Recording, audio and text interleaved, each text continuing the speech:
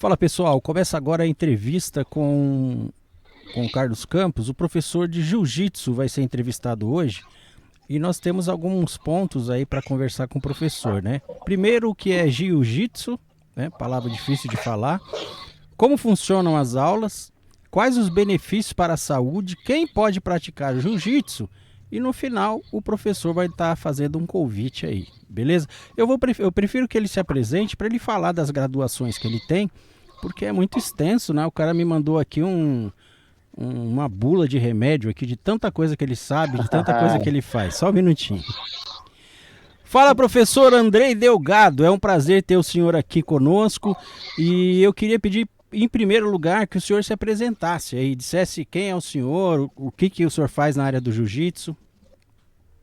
Opa, primeiramente, boa tarde a todo mundo. Boa tarde, Carlos. Obrigado pelo convite. Né? Bem legal essa oportunidade de poder conversar com você aqui. Né? Então, assim, eu pratico o jiu-jitsu desde 95. Né? Em 2009, peguei a minha faixa preta com o grande mestre Flávio Bering, né? Um ícone na história do jiu-jitsu. O cara tem 79 anos de jiu-jitsu e 89 anos de idade. Então, assim, tem uma história bem vasta aí dentro da arte marcial. Né? Foi aluno do grande mestre Hélio Gracie também. Atualmente, eu sou faixa preta, quarto grau, dentro no jiu-jitsu. Estou dando aula em Osasco, na academia Skyfit, ali Professor, perto do Carrefour. professor, Oi. só um minutinho. O senhor falou que é faixa preta 4 quarto grau. Me fala aí um pouquinho desses graus para a gente entender em que nível do jiu-jitsu o senhor está. Vamos lá. O jiu-jitsu, ele começa se a pessoa for desde criança até adulto, treinando jiu-jitsu, começar cedo, lá, ele vai passar pela faixa branca, né? Daí tem a faixa cinza, né? Amarela, verde, Uhum. cinza, amarela, laranja, verde, e aí vai pegar a faixa azul, roxa, marrom e preta. A preta, ela vai até o sexto grau. Até o sexto grau da arte marcial, a gente usa a faixa preta. Do sétimo grau, a gente pega a coral branca e preta, né? E depois no oitavo grau, preta e vermelha.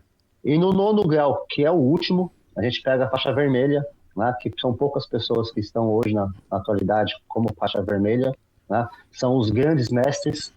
A partir do sétimo grau, o título sai de professor para mestre, e no nono grau, de grande mestre. Atualmente, o décimo grau é somente para o Hélio e para o Carlos Gracie, que foram os fundadores da arte marcial aqui no Brasil. Então, o jiu-jitsu, a faixa vermelha é a maior que tem, é isso? Isso, hoje é a maior que tem. Porque nas outras Né? modalidades, né, eu conheço muito pouco, né, de arte marcial. A única arte que eu conheço é comer. Mas na arte marcial, o jiu-jitsu, então, ele é diferente, porque pelo que eu sei das outras artes marciais, a faixa preta é faixa preta. O cara é faixa preta, aí ele vai ganhando aquelas tirinhas, né, colorida, tal, mas ele é faixa preta até o final. Ou não? Tem todas, na verdade. Você pega o próprio judô, tem a vermelha e branca, né? Também tem a faixa coral também, né? Tem a faixa coral. É pouco falado, porque para conseguir a faixa de mestre, tem que ter bastante ano de jiu-jitsu. Eu peguei em 2009 a minha faixa preta e atualmente estou no quarto grau. Vamos lá. Para pegar a faixa vermelha, tem que ter 50 anos de prática.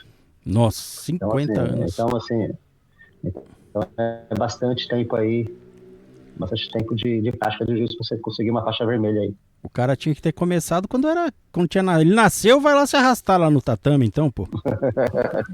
É ideal, né? Ideal é sempre começar o mais cedo possível. Tá bom. Vamos começar então na nossa primeiro assunto, primeiro tema da pauta da entrevista, o que é o jiu-jitsu? Vamos lá. O jiu-jitsu é uma arte marcial originada no Japão. Na verdade, o jiu-jitsu brasileiro, ele veio da escola de Kano, vem com para o Brasil, lá. E aqui no Brasil ele sofreu uma transformação tremenda. A gente não vai entrar na história do jiu-jitsu, porque a história do jiu-jitsu ela é muito ampla, tem algumas versões, algumas que se conflitam bastante, tá? Então não vamos entrar nessa discussão assim, mas aqui no Brasil se tudo iniciou o jiu-jitsu com a família Gracie, tá?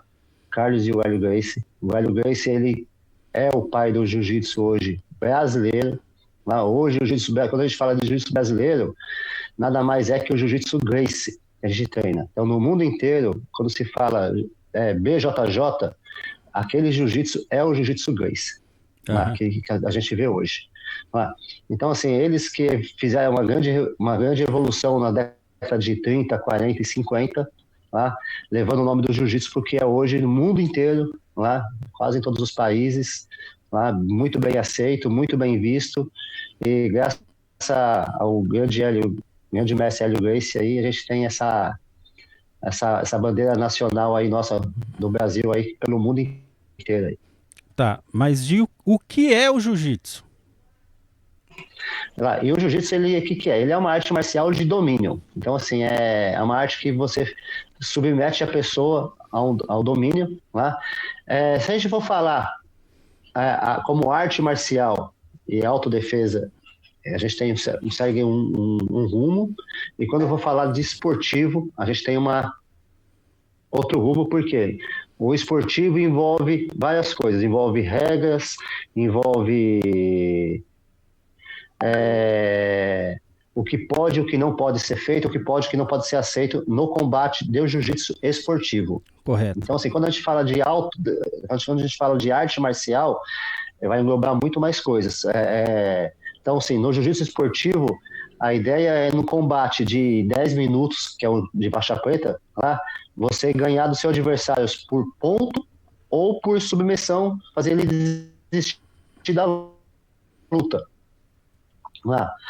Na arte marcial, você tem que ganhar, você tem que sair o mais ileso possível do combate e vitorioso, na verdade, né? Então, assim, então, existem alguns golpes que no esportivo a gente não vai lidar com eles, a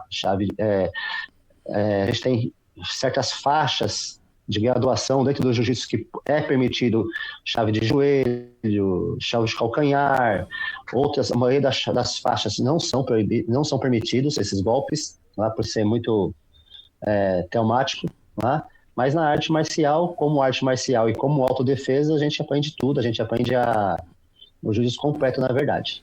Então o jiu-jitsu é uma arte marcial, né, de submissão, é isso, né, para resumir. Submissão. Exatamente, sim. Legal. Vamos para o segundo ponto. Como funcionam as aulas, né? O senhor lá dá aula na escola, o senhor falou, né, que dá aula lá em Osasco, inclusive no final o senhor vai falar da escola. Como funcionam as aulas? Sim. Então, a aula tem a duração de 1h30 a 2 horas no máximo, as minhas aulas. Ela se dá dentro de um tatame. A gente tem aula com o kimono e a aula que a gente chama de no-gi, que é o sem kimono também. Tem dia com kimono, tem dia sem kimono. E ela tem a duração de 1h30 a 2 horas. As aulas são iniciadas por um aquecimento, a soltura do corpo, para soltar o quadril, para colocar a frequência cardíaca da forma ideal para a gente poder treinar, poder discutir o jiu-jitsu. Tem uma parte técnica que a gente passa, a gente propõe uma técnica, ensina alguma técnica para as pessoas, seja no chão, seja em pé, seja de finalização traumática ou de submissão. Então, assim, aí a gente vai discutir e aprender sobre aquela situação.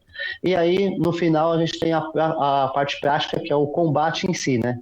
O combate em si, onde cada aluno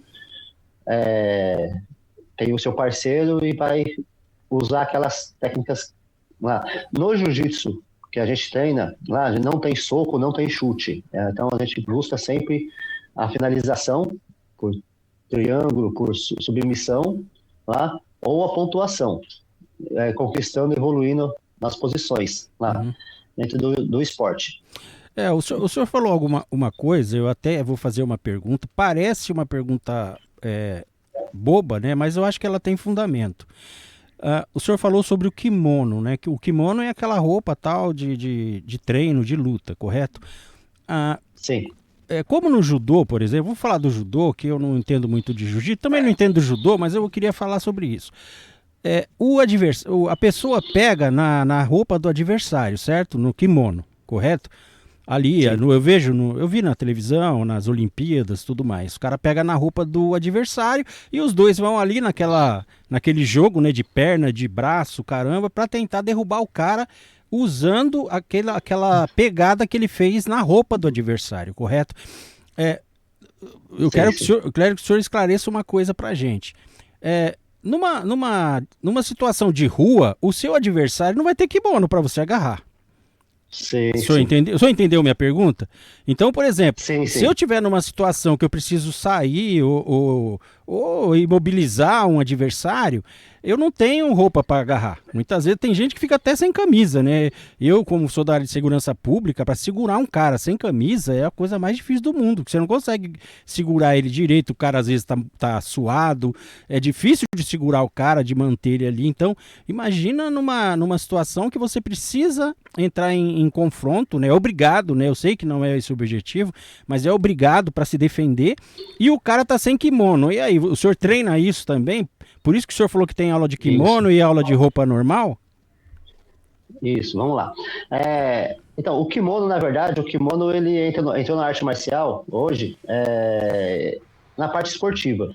Então, assim, todas as artes marciais que usam o kimono é para a parte esportiva e não pensando na autodefesa. A gente não vai andar na rua de kimono, de faixa amarrada, bonitinho. Exatamente. Então, assim, e nem o seu agressor também vai estar de kimono também na hora de te agredir também. Pera aí, assim, antes de você me bater, põe esse kimono aí que nós vamos resolver, né? Aí não dá, né? O cara vai falar, pera isso, aí. Não, calma aí, tem que pôr o kimono aqui, amarrar a faixa aqui, que faixa que você é para saber as regras, você tem que saber. Então, assim, o kimono ele é parte esportiva hoje, lá, que tem grande valor, assim, a gente treina assim, a parte esportiva bastante, porque é um esporte também.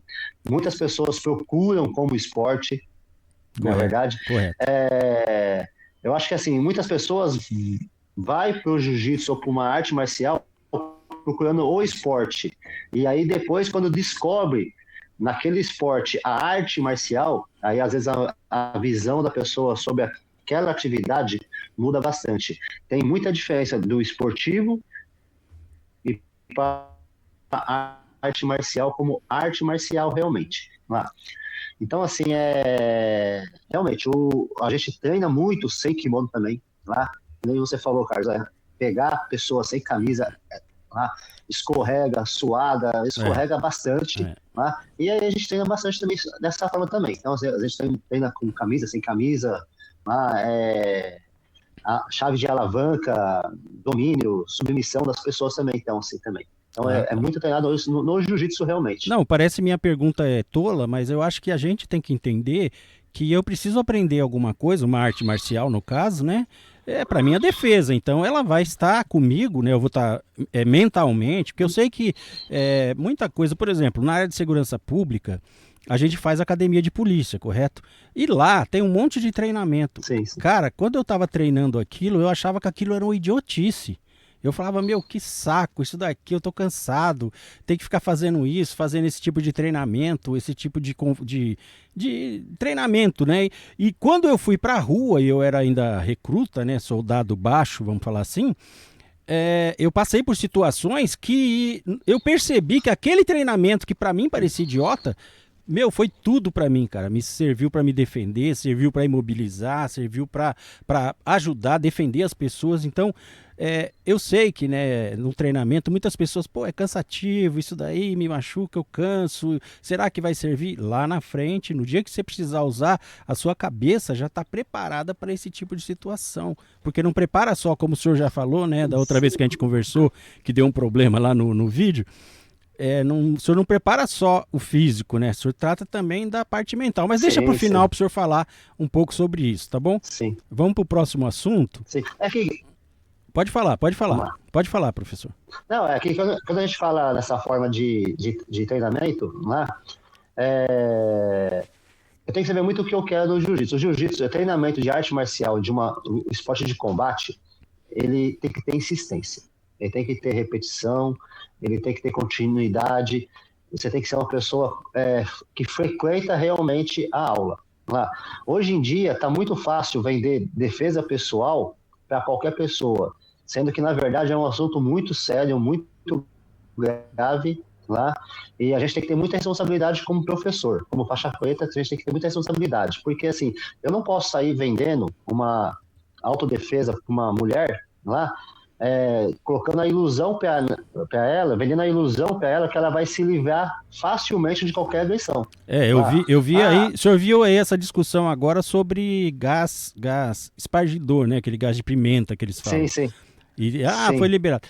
Como se isso fosse defender a mulher de um agressor, né? Sabe que isso daí é uma questão de segurança pública, né? A pessoa não tem como se defender com gás, sim. o cara com uma faca ou, sei lá, com uma arma, isso não existe, né? Assim, é muito fácil, na verdade, hoje, você liberar o gás de pimenta lá, só que assim, você não dá o que vai acontecer depois que você jogar o gás de pimenta na cara da pessoa, do seu agressor. O que vem depois? Verdade. O que vem depois? Ele vai sair correndo, ele vai fugir de você? Ou ele vai vir para cima de você? Tem essas questões aí que precisa ser estudado. Mais agressivo e mais bravo ainda. Tá parecendo aquela situação, não sei quantos anos o senhor tem, né? Já tem uma barbinha branca. Aí o senhor fica fingindo que é novinho, mas o senhor já tem uma idade avançada, né? O senhor se lembra... Não tem nem cabelo branco. Não tem nem cabelo branco. Não tem cabelo? O senhor se lembra que há um tempo atrás, eu nem sei quantos anos, 10, 15 anos atrás, surgiu uma lei que a gente era obrigado a andar com material de primeiros socorros dentro do carro. Lembra disso? Sim. Então, o governo obrigou todo mundo a comprar uma bolsinha com material de primeiros socorros. Aí alguém com cérebro, né? Alguém com cérebro, não sei quem foi, não me lembro exatamente, são muitas informações, chegou lá e falou, não adianta nada você dar o material de primeiros socorros se você não treinou. Você tem o material e não saber usar. Se você não treinou a pessoa para dar o primeiro socorro. Então, quer dizer, acaba prejudicando mais do que ajudando.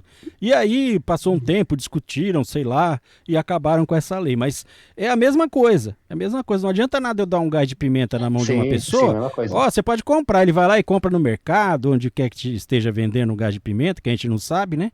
E aí ele não sabe como ele vai usar, em que momento ele deve usar, como agir, porque é capaz dele jogar nele mesmo e nem perceber, né? Sim. Eu ia falar isso mesmo. Assim, tem pessoa que vai apertar aquilo no desespero e vai vir na cara dela. Vai vir na cara dela. É verdade. Então, assim, tem até também assim, o vento, né? Se tá ventando para você, vai voltar pelo menos um pouco, vai voltar para você. E você tá acostumado a pegar de pimenta no seu olho? Vamos pegar lá, você trabalha na área de segurança pública, lá, quantos treinamentos você fez com gás de pimenta para tentar suportar ele para você poder usar? Porque, assim... Muitos. Além das próprias situações em meio à ocorrência, né, atuação, né, de prevenção que acontecia, e nessas atuações a gente acaba recebendo também no olho, respirando, não tem como. Vai receber com certeza, com certeza, porque assim, você vai jogar na pessoa, mas ele vai vir para você também. Exatamente. Tudo bem que mais fraco, com menos força, mas sim, para quem não está acostumado, lá vai fechar o olho, vai começar a lacrimejar e vai começar a entrar em desespero na garganta, na narina. É verdade. Então, assim, não é só liberar, e tá, beleza, agora eu consegui a liberação do gás de pimenta para as mulheres usar. Não é só isso. Que é o caso da autodefesa também. Quando eu ensino autodefesa, eu não posso falar assim, você vai segurar a pessoa aqui e aí você vai me dar um soco ou um chute na parte genital da pessoa. Só que é o seguinte, primeira pergunta que eu faço, você sabe dar soco? Você sabe dar chute? É verdade. É verdade. Porque se você não tiver um punho um pouco mais firme, um chute mais equilibrado, mais certinho lá, eu sinto muito, não vai chegar ali, você vai servir para deixar o cara mais nervoso, mais bravo com você ainda e mais agressivo com outra pessoa. Então, assim, trabalhar com autodefesa é muito sério, é um compromisso que você pega com a pessoa, que você está muito importante e que tem que levar a sério realmente. Então, assim, para mim ensinar uma autodefesa, eu tenho que ter ser progressivo. Eu tenho que ensinar a pessoa a se comportar nos ambientes, a como entrar, como sair, a avaliar o ambiente que ela está, se tem um ambiente, se tem uma rota de fuga, se não tem, se é possível fazer isso, não é possível fazer aquilo, né? Ensinar ela a verbalizar a situação. A autodefesa mais importante que a gente tem que fazer, que tem que treinar, é a verbalização. É saber argumentar para que, de fato, não venha acontecer a agressão. Então, assim, a pessoa quer me abordar, quer me roubar, quer roubar o meu celular. Não, calma aí, fica calmo, eu vou te dar o meu celular, ele está aqui no meu bolso, eu vou pegar e vou te dar, você pode ir embora tranquilo. Né? Melhor eu perder um celular e manter a minha vida. Correto. Não adianta eu colocar minha vida em risco. Então, assim, eu tenho que ter essa paciência, eu tenho que ter esse preparo, para mim ter essa calma e de poder verbalizar tudo que eu quero falar para a pessoa, de tentar reverter a situação naquele momento. A parte de agressão física, a parte de eu revidar alguma coisa, tem que ser a última situação, tem que ser a última consequência. Então, assim, antes disso, eu tenho muito mais etapas para se treinar, para se falar, para se apresentar numa aula de autodefesa, até eu chegar numa parte realmente de agressão, lá que eu tenho que lá mostrar realmente as técnicas que vão me possibilitar a me sair o menos afetado possível da situação. Legal, professor. Vamos para o próximo ponto, né? Quais os benefícios para a saúde, os benefícios que o jiu-jitsu traz para as pessoas, né? Para a saúde das pessoas? Quais são os benefícios? O jiu-jitsu para mim, sou suspeito a falar, mas ele é um esporte, nossa, fundamental para todas as idades. Ele traz para você uma autoestima, ele traz para você segurança, ele traz para você raciocínio, além das capacidades físicas que a gente vai também. A gente vai trabalhar força, a gente vai trabalhar resistência, a gente vai trabalhar flexibilidade. Então, assim, fisicamente, ele vai trazer muitos benefícios porque é um esporte bem completo, é um esporte que a gente se mexe bastante, tanto em pé como no chão, como na luta de solo. Então, assim, é um jogo de xadrez humano lá. Então, assim, eu faço um golpe, meu adversário faz outro, eu já tenho que fazer outro, eu tenho que responder. Então, assim, é um esporte que exige muito raciocínio, exige muito entendimento que eu tenho que o que está acontecendo comigo, qual é a minha noção espacial ali naquele espaço, noção corporal também para se mexer também. Então, assim, é um esporte que traz grandes benefícios lá, inúmeros, principalmente eu vejo que a gente precisa muito é o mental. Eu vejo hoje muita gente preocupada, às vezes mexendo só na academia, físico, ficando fortinho, não sei o quê, e esquece do mental. E o mental, na verdade, ele é um dos principais. Lógico que eu não vou ignorar a parte física também do corpo também, mas não adianta eu ter um corpo bom e ter uma cabeça envelhecida, cansada. Entendi. Então eu tenho que ter essa atividade mental muito grande, e o jiu-jitsu traz essa possibilidade de tudo isso estar no mesmo lugar. Professor, o meu caso é meio perdido, né? Porque o meu corpo não é bom e a minha cabeça também não. Piorou. Piorou. Aí não tem jeito, né? O professor, mas acho que dá para ter um jeitinho ainda. Sempre tem um jeitinho, né? Quem pode praticar o jiu-jitsu? Quem pode praticar o jiu-jitsu? Existe alguma limitação que impede a pessoa de praticar o jiu-jitsu? Não, o jiu-jitsu ele é aberto para todas as idades, desde pequenininho até pessoa mais velha. eu tava com uma senhora na aula, né, até o ano passado. Ela estava com 68 anos lá, frequentando todas as aulas, muito ativa lá. E ela teve que sair por causa que ela mudou de residência, né? Que ela foi para longe, lá, aproveitar a aposentadoria lá, e viver mais sossegada lá.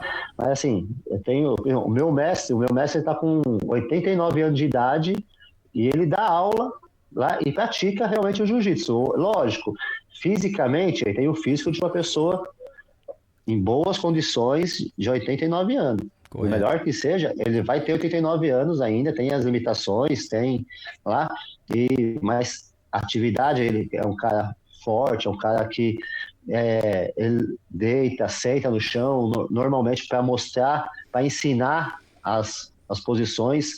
É um cara hoje que trabalha muito a parte mental, ele vive o jiu-jitsu, então assim, ele estuda o jiu-jitsu, então ele está todo dia estudando essa arte marcial, todo dia colocando o corpo e a cabeça para funcionar.